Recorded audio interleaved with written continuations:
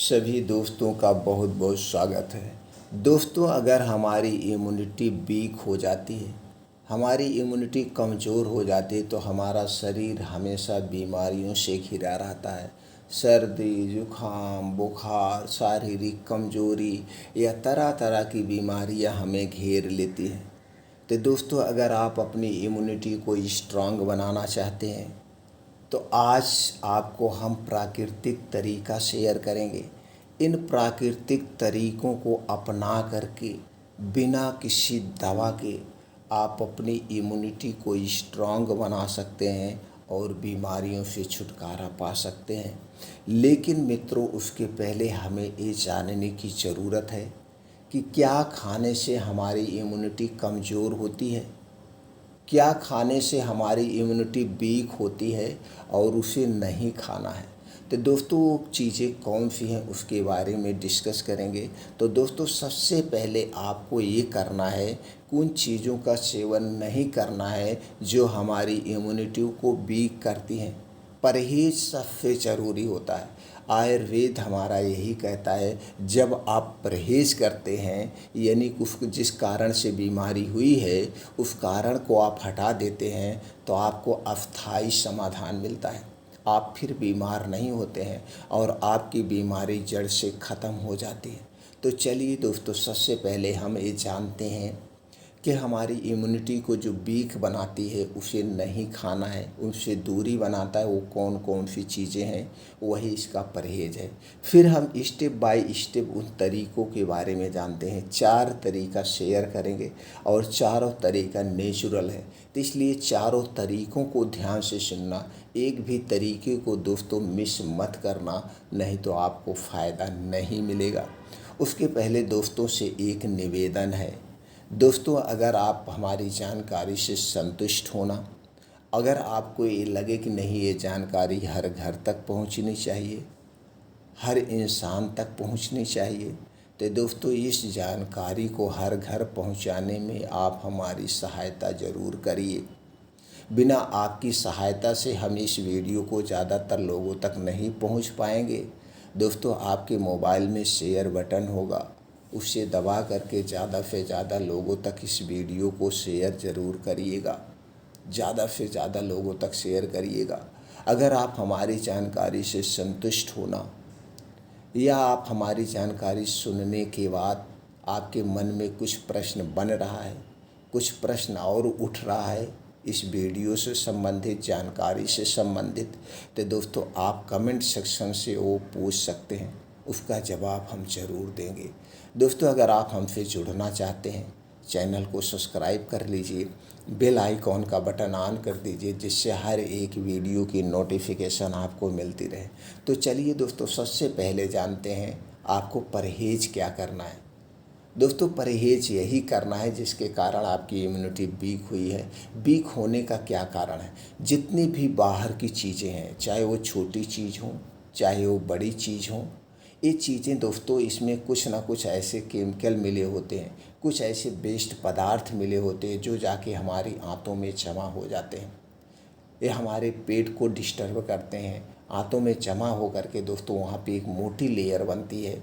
फिर वो मोटी लेयर जब बहुत ज़्यादा बन जाती है तो दोस्तों आंतों में गंदगियाँ जमा होने लगती है। जब आंतें हमारी दूषित होने लगती है तब दोस्तों गैस, कब्ज, एसिडिटी, बार बार जुकाम, बुखार, तरह तरह की बीमारियाँ होती हैं, क्योंकि हमारी इम्यूनिटी वीक हो गई। तो यहाँ पे दोस्तों ये समझने की बात है, ये जो छोटी बड़ी चीज़ें हैं इन्हें हमें नहीं खाना है, चाहे वो छोटी चीज़ हो चाहे वो बड़ी चीज़ हो। जैसे दोस्तों चाय, कॉफ़ी, ब्रेड, टोस्ट, बिस्किट, नमकीन, छोटी चीज़ की बात करें, बड़ी चीज़ की बात करें, junk food, fast food, cold drink, soft drink, ठंडा पेय पदार्थ, धूम्रपान, अल्कोहल, ये पैकेट बंद, डिब्बा बंद जितने भी सामान हैं, ये सारे सामान किससे बनाए जाते हैं? एक प्रोसीजर से बनाए जाते हैं।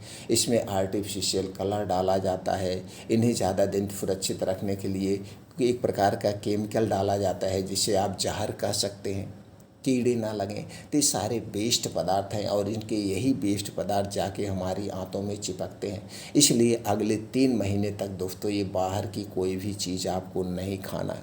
3 चीज़ों से बनी हुई चीज़ें और नहीं खाएंगे, वो है चीनी, नमक सफ़ेद नमक ही नहीं लेना है। दोस्तों अभी एक रिसर्च सामने आया, हालिया में 2-3 दिन की बात है, एक रिसर्च सामने आया। उस रिसर्च में 10 कंपनियों के नमक और चीनी को का सैंपल लिया गया और उसमें 9 कंपनियों के चीनी और सैंपल फेल पाए गए। उसमें दोस्तों छोटे छोटे प्लास्टिक के टुकड़े पाए गए। आयोडीन नमक में छोटे छोटे प्लास्टिक के टुकड़े पाए गए, चीनी में छोटे छोटे प्लास्टिक के टुकड़े पाए गए। ये टुकड़े हमारे शरीर में जाएंगे दोस्तों, नुकसान करेगा।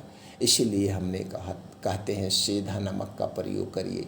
खड़ा सेंधा नमक खरीद के लाइए, उसे घर पे अपने मिक्सर में पीस करके उसका प्रयोग करिए। सबसे सेफ नमक है सेंधा नमक दोस्तों ये है। और चीनी कभी नहीं खाना चाहिए। हमने कहा चीनी के स्थान पे दोस्तों अपने घर का देसी गुड़ खाइए, सबसे बेस्ट तरीका है। और रिफ़ाइन किया गया तेल, डबल रिफ़ाइन किया गया तेल, पामोलिन, डालडे का प्रयोग नहीं करना है। और इन चीज़ों से बनी हुई चीज़ें आपको नहीं लेना है। यानी कि मैदा, चीनी, रिफ़ाइन किया गया तेल, डबल रिफ़ाइन किया गया तेल का सेवन आपको नहीं करना है। तो फिर आपके मन में विचार आ रहा है तो फिर क्या खाएं? दोस्तों आपको लिविंग वस्तुएं खाना है। आपके डेली डाइट में 70% लिविंग वस्तुएं होनी चाहिए। 20% आपका पेट हमेशा खाली रहना चाहिए। 10% नॉन लिविंग वस्तुओं को खाइए। अब लिविंग वस्तुओं में दोस्तों बहुत चीज़ें आती हैं, जैसे हरी साग सब्जियाँ, फल, ये सब लिविंग है, डायरेक्ट प्रकृति से मिली हुई हैं। और जो चीज़ें डायरेक्ट प्रकृति से यानी धरती से मिलती हैं वो दोस्तों उसमें प्राण ऊर्जा होती है। वो हमारे शरीर को उसी तरह से दोस्तों शक्तिशाली बनाती हैं जिस तरह से उसमें जान है। इसलिए हमें 70% लिविंग वस्तुएं खानी चाहिए। ये दोस्तों जो बीज हैं, बीज को भिगो के आप सुबह अंकुरित करके खाइए। जब इसमें अंकुरित आप करते हैं देखते हैं बड़े बड़े निकल जाते हैं। यही दोस्तों आगे चल के पेड़ पौधे बनते हैं, तो इसमें इसकी शक्ति 2 गुना हो जाती है। तो दोस्तों हमें बीन्स को अंकुरित करके खाना चाहिए। ड्राई फ्रूट को रात में भिगो के खाइए और प्लांट बेस्ड दूध का प्रयोग करिए। सब लिविंग वस्तु हैं। यही डेली हमारे डाइट में होना चाहिए, तो हमारी इम्यूनिटी कभी वीक नहीं होगी, हमारा शरीर कभी बीमार नहीं होगा। और दोस्तों जो मशीनों द्वारा बनाई गई हैं, जो सामान बनती तो धरती की ही चीज़ों से है, लेकिन इसके साथ छेड़खानी की जाती है, प्रोसीजर किया जाता है, वो निर्जीव हो जाती हैं। ये चाय, बिस्किट, ब्रेड टोस्ट क्या है? ये निर्जीव वस्तुएं हैं। जब आप दिन भर यही निर्जीव वस्तुएं खा रहे हैं, समोसा, पकौड़ी, ये क्या है? निर्जीव वस्तुएं। जब आप यही निर्जीव वस्तुएं खाते हैं तो इसके वेस्ट पदार्थ जाके आंतों में चिपकते हैं, जिससे गैस, कब्ज, एसिडिटी होती है और इम्यूनिटी वीक हो जाती है। इसलिए दोस्तों इन चीज़ों का सेवन आज के बाद आप बंद कर दीजिए अगले 3 महीने तक। 3 महीने के बाद जो आपके शरीर में बदलाव आएगा वो आप जान के चौंक जाएंगे। और दूसरी चीज़ें क्या आपको बदलाव करना है, जो सबसे बड़ा आज के समय का बदलाव होना चाहिए, ये हर घर में बदलाव होना चाहिए, वो है रात के खाने का बदलाव।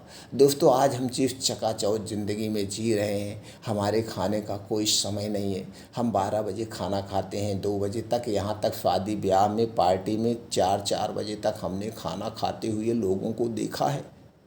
2 बजे तक शादी ब्याह होता है, 4-4 बजे तक लोग खाना खा रहे हैं। अब 4 बजे लैट्रीन जाने का समय है, उस समय आप खाना खा रहे हैं, तो बीमार नहीं होंगे तो और क्या होंगे? तो दोस्तों इस चकाचौंध ज़िंदगी से बाहर निकलिए, प्राकृतिक तरीका अपनाइए।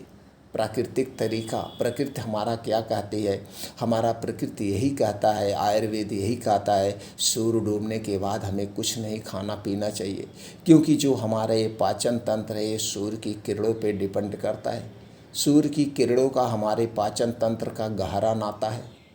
अगर आपने ये तरीका अपना लिया दोस्तों, आपने बीमारी से मुक्त पाने का तरीका अपना लिया, बीमारी से मुक्त रहने के मार्ग पे आप चल रहे हैं, तो दोस्तों रात का खाना सूर्य डूबने के 1 घंटा पहले खाइए। चाहे ठंडी हो, चाहे गर्मी हो, चाहे बारिश हो, तो एक समय निर्धारित कर लीजिए। आप शाम का खाना 5 से 6 बजे के बीच खाएंगे और यह खाना आप आधे पेट खाएंगे, भर पेट नहीं खाएंगे। रात के खाने में सब्जी रोटी होगी, तली भुनी चीज़ें नहीं होंगी, गरिष्ठ भोजन नहीं होगा, क्योंकि सूर्य डूबने के बाद हमारा पाचन तंत्र स्लो हो जाता है। अगर आप गरिष्ठ भोजन करेंगे तो ये पचेगा नहीं, और देर रात जब आप खाते हैं, वही कारण है कि आज के समय में सब लोग गैस, कब्ज, एसिडिटी, हार्ट अटैक की जो समस्याएं ये बढ़ रही है, इसी कारण से बढ़ रही है। तो दोस्तों इस कारण को हटा दीजिए, बीमारी अपने आप भाग जाएगी। तो पहला बदलाव क्या करना है, रात का खाना सूर्य डूबने के 1 घंटे पहले खाना है।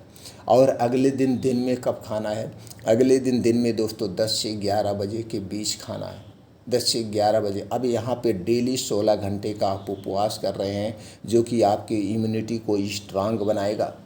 डेली आप 16 घंटे का उपवास कर रहे हैं, यही आपकी इम्यूनिटी को स्ट्रांग बनाता है। इसके 3 सबसे बड़े फ़ायदे हैं। पहला फ़ायदा दोस्तों, जब आप 16 घंटे का उपवास करते हैं, इस कंडीशन में आपके शरीर का तापमान कम होता है, जिसके कारण आपका शरीर अपनी बीमारी खुद रिकवर करता है।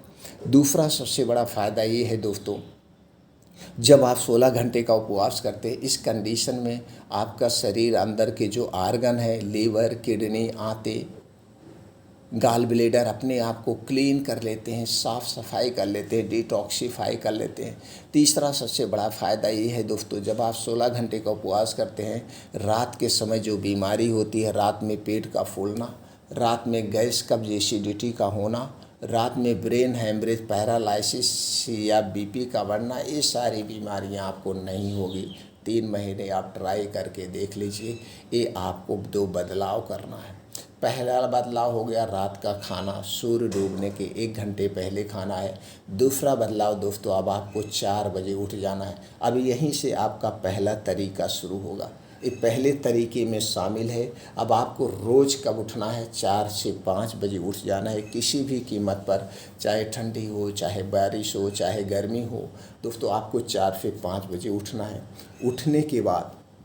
उठने के बाद 1 से 2 गिलास गुनगुना बासी मुँह पानी पीजिए।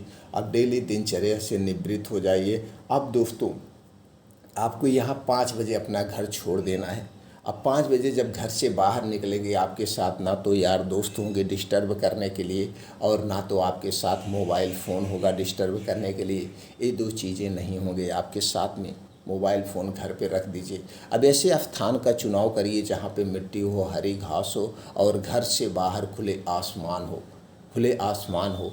दोस्तों वहीं पे आपको तेज़ गति से मॉर्निंग वॉक करना है, 5 से 6 किलोमीटर। चाहे आप 15 के हैं, चाहे 85 के हैं, चाहे स्त्री पुरुष हैं, जो भी हैं, आपको दोस्तों 5 से 6 किलोमीटर का मॉर्निंग वॉक डेली करना है। मॉर्निंग वॉक करने से आपकी पूरी शरीर की दोस्तों एक्सरसाइज हो जाती है, वो भी तेज़ गति से। अब दोस्तों 5 से 6 किलोमीटर को आपको 20 मिनट में कवर करना है। चाहे आप दौड़ के कवर करिए, चाहे तेज़ चल के कवर करिए। अब जब आपका मॉर्निंग वॉक कंप्लीट हो जाए, तो वहीं सबसे पहले आप 15-20 दंड बैठक से शुरू करिए। 100 दंड बैठक करिए अपने शारीरिक क्षमता के अनुसार। 100 दंड बैठक, 50 दंड बैठक आप डेली करिए। इससे बहुत बड़ा फ़ायदा मिलता है। जब दंड बैठक कंप्लीट हो जाए, तो वहीं बैठ के आपको खुले आसमान के नीचे 15 से 20 मिनट अनुलोम विलोम, 5 से 10 मिनट कपालभाति, और 15 से 20 मिनट आपको ध्यान करना है, मेडिटेशन। दोस्तों जब आप ध्यान करते हैं, मेडिटेशन करते हैं, इससे आपका आत्मविश्वास बढ़ता है, आपके अंदर पॉजिटिविटी आती है, आपकी नेगेटिविटी खत्म हो जाती है, आपके अंदर की नेगेटिविटी खत्म हो जाती है, आपका दोस्तों अंदर की शक्ति का विकास होता है, चिंताएं दूर हो जाती हैं। और आज के समय में यही चिंता, डिप्रेशन आदमी को बीमारी की तरफ ले जा रही है। इसलिए हमें ध्यान जरूर करना चाहिए।